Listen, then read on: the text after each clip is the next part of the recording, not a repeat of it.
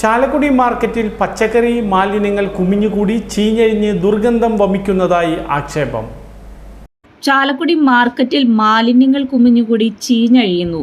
പച്ചക്കറി മാലിന്യങ്ങളാണ് ചീഞ്ഞഴിഞ്ഞ് ദുർഗന്ധം വമിക്കുന്നത്. പുഴുവരിക്കുന്ന തരത്തിലാണ് ഇവിടെ മാലിന്യങ്ങൾ കെട്ടിക്കിടക്കുന്നത്. പച്ചക്കറി മാലിന്യങ്ങൾ മാർക്കറ്റിനുള്ളിൽ അലക്ഷ്യമായി നിക്ഷേപിച്ചതാണ് പ്രശ്നത്തിന് കാരണമായത്. മഴ പെയ്തതോടെ ഇവ ചീഞ്ഞഴിയാൻ തുടങ്ങി. മാർക്കറ്റിലെ വ്യാപാരികൾക്കും ഇവിടെ എത്തുന്നവർക്കും ദുർഗന്ധം ദുസ്സഹമായി മാറിയിരിക്കുന്നു.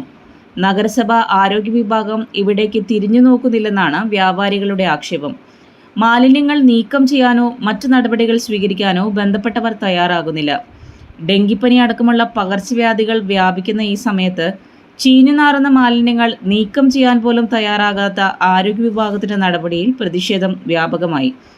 മാർക്കറ്റിന്റെ ശോചനീയാവസ്ഥ പരിഹരിക്കാൻ നഗരസഭാ അധികൃതർ തയ്യാറാകുന്നില്ലെന്നും പരാതിയുണ്ട്. മഴ പെയ്താൽ മാർക്കറ്റിന്റെ പ്രവർത്തനം അവതാളത്തിലാവുന്ന അവസ്ഥയാണിപ്പോൾ.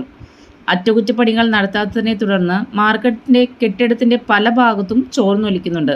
മഴവെള്ളം ഒഴുകിപ്പോകാനാകത്തെ പല ഭാഗത്തും കെട്ടിക്കിടക്കുകയാണ്.